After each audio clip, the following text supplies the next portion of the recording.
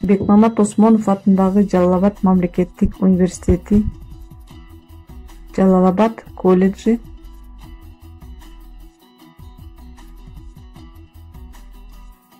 куратордук саат репрессияда курман болгондорду эскерүү.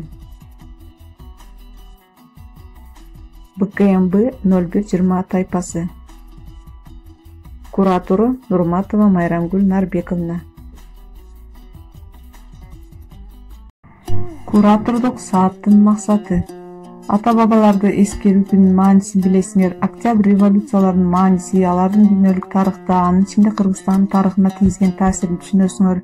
Репрессияга туш болгон инсандар көргөн азап тозокту айтасыңар.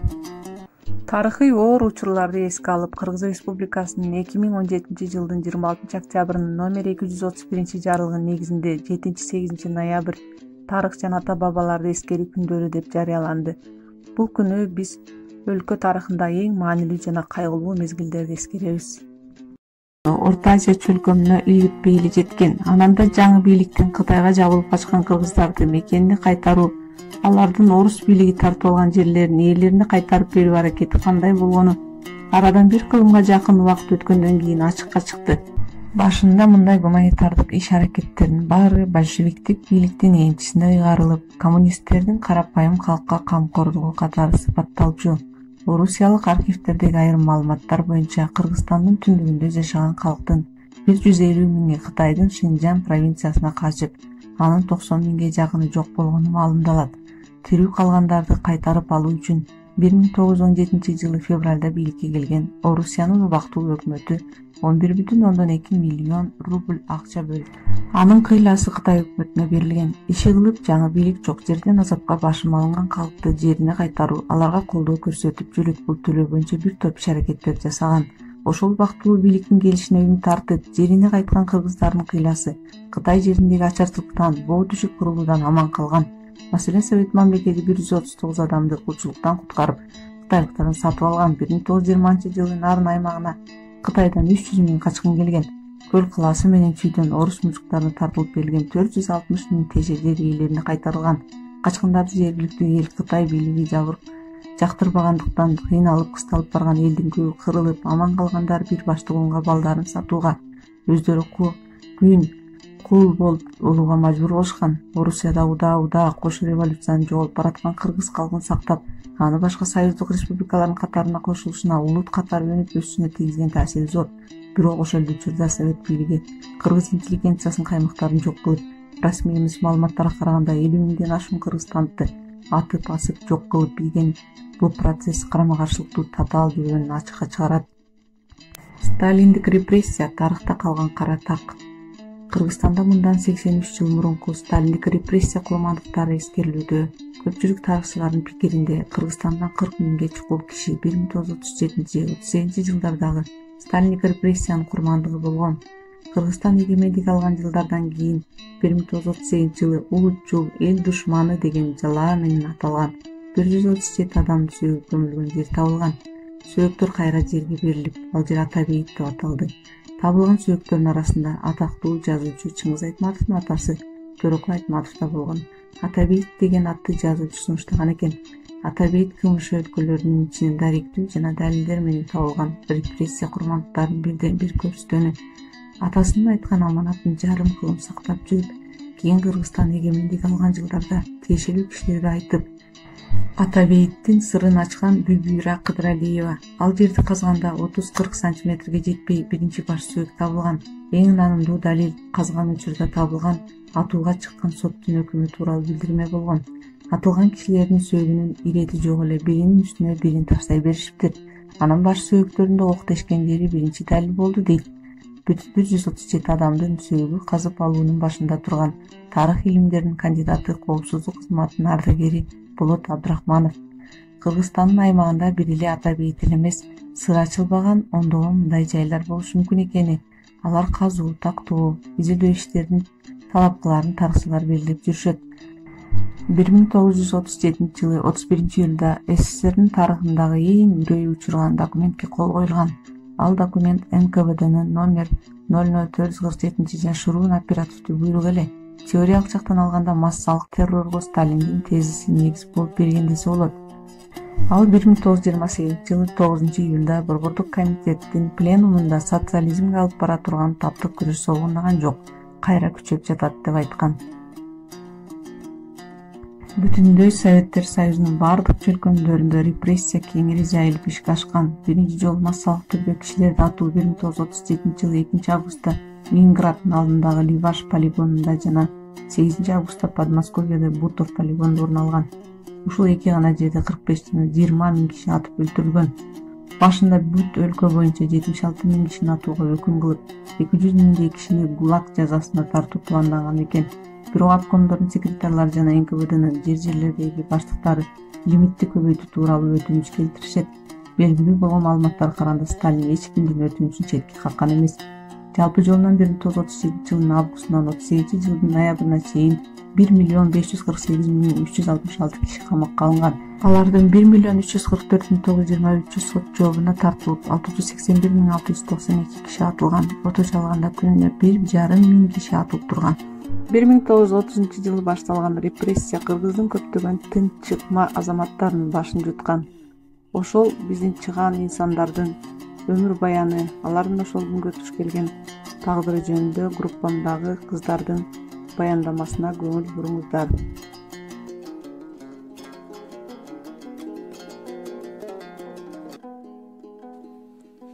Төрөкул Айтматовдун 35 жашында атылып кеткенин жакындары 20 жылдан кийин сөөгү коюлган жайды 43 жылдан соң гана билишкен. СССРде миллиондогон курмандыктары тууралуу маалымат жашырылып келген. Төрөкул Айтматовдун кыска өмүр баянына баам таштаган киши анын жооптуу кызматтарда кыска убакыт иштегени, кызматтык тепкичи Кыргызстандын бир топ жерлеринде Караколдо, Жалал-Абадда, Араван-Буурада улантылганын, Бишкек, Москва, Ташкент шаарларында өткөнүн байкабай койбойт. Кыргыздын чыгаан жазуучусу Төрөкул Айтматовдун уулу Чыңгыз Айтматов төмөнгүчө эскерген. Ал биз менен кетпей койгон ал кезде мен түшүнгөн эмесмин. Бирок да атам менен апамды карап олтуруп, кандайдыр бир коркунучтуу, апаттуу кырсык тооруп алганын түшүндүм. Атамдын ошондогу акылы, кандай да болсо эптеп иниси Рускулбекке жөнөдү. О жараткан Аллахым, өзүң жар болгур. Тура эле болгон экен. 1937 жылы августтун аягында керектүү буюм-таимдарыбызды алып, сата турганын сатып, апамдын колунда 6 айлык розаны көтөрүп алып, биз кайрадан улуу жолго чыктык. Апам көз жашын тыя албай, эринин кесе тиштеп, өзүн өзү карманып катуу турду. Бизди олтургузгандан кийин поездден түшүп кетиши керек эле, бирок дагы эле чыкпай олтурат. Атам бизди бир жолу карап көрүп алайын дегендей поездди коштоп чуркады. Ошентип атам биз менен коштошуп, кол булгалап кала берди. Мен үстүңкү полкада жаткам. Ошондо атамды эми эч качан көрбөй каларыбыз эсиме кылттай түштү.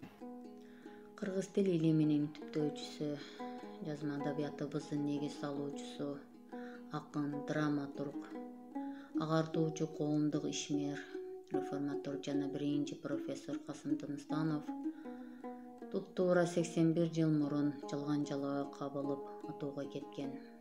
Касым Тыныстанов өз мезгилинин кыйла алдыга озгон, улут үчүн чын жүрөктөн күйгөн, чыгармачылыкта баа жеткис эмгектерди жасаган улуу инсан экендигине шек жок. Касым Тыныстанов 1901 жылы 10 сентябрда Ысык Көл облусундагы Чырпыкты айылында дыйкандын үй бүлөсүндө жарык дүйнөгө келген. Жаш кезинен эле илимге, билимге, адабиятка катуу кызыккан Касым Тыныстанов дары эле окуучулардын алдыңкысы болуп чыга келет. Тилчини окуучулук кезинен бери жакшы билген окумуштуу Усейин Карасаев жаштыгынан эле башкалардан айырмаланып турган таланттуу инсан эле деп эскерген жайы бар. Касым Тыныстанов жаш кезинде кургак учук менен ооруган. Бул оорусу 30-жылдын башында козголгон. Дарыгерлердин жардамы менен айыгып, жаңы эле иштей баштаганда ага эл душманы деген жала жабылып, жашоосундагы оор күндөр башталган. Академиялык кечелер театрга коюлуп башталганда 1933 жылдын 24 февралындагы жана 6 мартындагы Кызыл Кыргызстан гезитинин сандарында Тукумбаевдин академиялык кечеси тууралуу жана академиялык кеченин тиянагы деген 2 макаласы жарык болгон. Бул макалаларда Касымга карата сындар айтылган. Тыныстановду улутчул пантуркизм идеяларына сугарылган деп анын Касым орлар жыйнагы академиялык кечелер чыгармаларынын мазмунуна карап гана күнөөлөбөстөн, жаш кезинде алаш ордоочулар менен идеялаш болгон деп дагы күнөө коюшкан. Жазячыл улутчул дифферсиясы зыянкеч социалдык туран партиясынын жетекчилик тобуна кирген деген күнөө менен коюлуп атууга өкүм кылынган. Өкүм тез аткарылып 7 ноябрда атылган. 1956 жылы аялы Турдубүбү тиешелүү органдарга кайрылып, 1957 жылы СССРдин жогорку аскердик соту 1938 жылдын 5 ноябрындагы чечиминин жокко чыгарган. 1938 жылы 22 январда аны партиялык жактан актаган. Алгачкы ажоо Абдыкадыр Орозбеков 1920 жылдан баштап жаңы курулган өлкөнүн коомдук жана саясий турмушуна баш оту менен кирише баштаган. 3 жылга жакын убакыт айылдык жана райондук революциячыл комитеттерди жетектеген.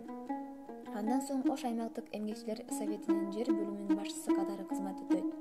Саясаттагы ийгилиги жогорулап, 1925 жылы Кара Кыргыз автоном облусунун уюштуруу курултайында депутаттар аны облустун төрагалыгына шайлашат. Жетиштүү билими жок инсандын мындай кызматка келүүсү көпчүлүктү таң калтырса да, чындыгында эл арасынан чыккан көп жыл кара жумуш менен айлектенген эмгекчил инсан советтик бийликтин идеологиясына туура келген жетекчи эле. 1927 жылдын соңунда кандуу депрессия заманы башталып, Кыргыздын мен деген залкар инсандары биринин артынан бири жок кылына баштаган. Бул кыргынга Абдыкадыр Орозбеков да кабылган. Ал Туран улуттук партиясынын мүчөсү деген жалган айып менен камалып, атууга өкүм кылынган. Түрмө ичинде бир нече ай азаптуу кыйноолорго кабылып, 1938 жылы 18 майда атып өлтүрүлгөн. Абдыкадыр Орозбеков каза болгондон 18 жылдан кийин 1956 жылы акталган. Анын сөөгүнүн кайсыл жерге көмүлгөндүгү азыркыга чейин белгисиз. Кыргыз элинен чыккан алгачкы агартуучу жана илимпоз Ишеналы Арабаев 88 жыл мурун дал ушул күнү дүйнөдөн кайткан. Залкар инсан 20-кылымдын башында кыргыз элинин тарыхына, маданиятына өнүгүшүнө эбегейсиз салым кошкон. Ишеналы Арабаев 1882 жылы Кочкор районунун Күн-Батыш айылында жарык дүйнөгө келген. 1900 жылы жергиликтүү мектепти аяктаган соң 10 жылга жакын кыргыз айыл кыштактарында мугалим болуп эмгектенген. Алипе жана Шароку деген китебин чыгарган. Россиядан билим алып келгенден 1916 жылдары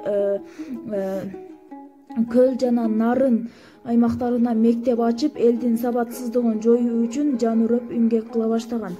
Ошол каардуу заманда социал-туран партиясын уюштурган деген жалган жалаа менен камакка алынгандардын катарында Ишеналы Арабаев да бар эле. Ал 1933 жылы 11 майда камакка алынып, Фрунзеден Ташкенттеги түрмөгө которулган. Ошол эле жылы 7-июнда эртең менен Арабаев жаткан камерага ташкенттик тергөөчү Лившин кирип чыккан. Ал эми кечинде камерадан Ишеналы Арабаевдин сөөгү табылган. Илимпоз 1958 жылы толугу менен акталган. Улуу элдин улутчул уулу болгон Баялы Дыйканбаевич Исакиев Кочкор өрөөнүндөгү Үкөк деген айылда 1897 жылы жарык дүйнөгө келген. 19 жашка келгенде үркүн башталып, өз эли менен бирге Кытайга качкан. Ал жактан башкалар сыяктуу эле көрбөгөн кордукту көрүп, кийин жакындары менен мекенге кайтып келген. 1918-жылы бир эле учурда апасы, карындашы, агасы жана бир инисинен ажыраган. Кыргызстандын өнөр жайларын өстүрүүдө, көчмөн калктын отурукташтырууда, жер суу реформаларын өнүктүрүүдө, маданияттын өсүп өнүгүшүнө көп эмгек сиңирген. Өзгөчө манас эпосунда, басмада басылып чыгуу иштеринде да чоң роль ойногон. Ал кыргыздын чыган мамлекеттин жана коомдук ишмерлери Абдыкадыр Орозбеков, Төрөкул Айтматов жана башка кыргыз элинин алдыңкы уулдары менен бирге иштешкен. Ошол кездеги кыргыз интеллигенциясынын өкүлдөрү сыяктуу эле Баялы Исакеевге дагы улутчулдук деген жала жабылган. Буга 1937 жылдын август-сентябрь айында Правда гезитине жазылган.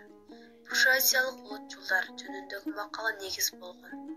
Баялы Исакеев 1937 жылы камакка алынып, 1938 жылдын 5 ноябрында Союздун жогорку сотунун аскер коллегиясы тарабынан 1833 жылдан бери улуттук контрреволюциячыл уюмдун Социал турган партиясынын жетекчилеринин бири деген жалган жалаа менен айыпталып, камалып, ошол жылы ак жеринен атууга кеткен. Ал 1956 жылы СССР жогорку сотунун аскер коллегиясы тарабынан өлгөндөн кийин 1957 жылы акталып, партиялуулугу калыбына келтирилген.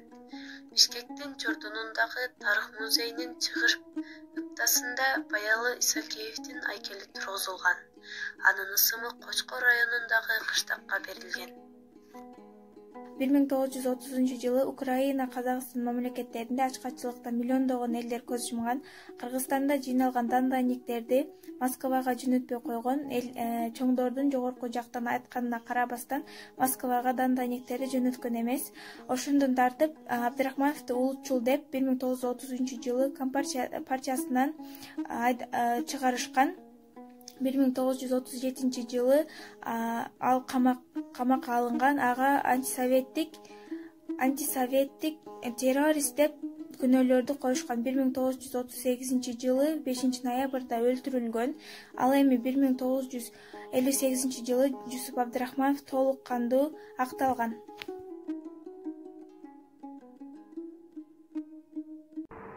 Изилдөөчүлөр ырастагандай, Кыргызстанда 12 жаштан 82 жашка чейинки каралар эркинен ажыратылган. Өспүрүм балага Бухаринчи деген жала жабылып, ал эми аксакал мамлекеттик сырды жарыя кылгандыгы үчүн атылган. Кыргызстанда канча адам репрессияга кабылганы ушу кезге чейин так эмес. Болжол менен бүгүнкү күндө 40 миңге жакын адам деп айтылып келген. Эскерүү китебин түзүп жаткан илимий топтун жетекчиси Болот Абдрахмановдун айтуусу боюнча репрессиядан 20 миң кыргызстандык жабыркаганын айтат. Кыргызстанда 1920 жылдан 53 жылга чейинки репрессияга душар болгон 20 миң кишинин ысымдары бар. Алардын арасында эң көбү кыргыздар, орустар, уйгурлар деп айтылган. Ошол учурда Кыргызстанда жашап аткан дунгар, корей, поляк баары биригип 55 улуттун өкүлдөрү ошол жерден табылган экен. 7-8 ноябрь тарых жана ата-бабаларды эскерүү күндөрүнө карата куратордук саатыбыздын максатына көңүл буралы. Ата-бабаларды эскерүү күнүнүн маанисин билишиңер керек эле. Октябрь революцияларынын мааниси, алардын дүйнөлүк тарыхка, анын ичинде Кыргызстан тарыхына тийгизген таасирин түшүнмөксүңөр. Репрессияга туш болгон инсандар көргөн азап-тозокторду айтмаксыңар, аларды айттыңар. Ошону менен репрессияда курман болгондорду эскерүү темасындагы куратордук саатыбыз соңуна чыкты. Көңүл бурганыңыздар үчүн чоң рахмат. Саламатта болуңуздар.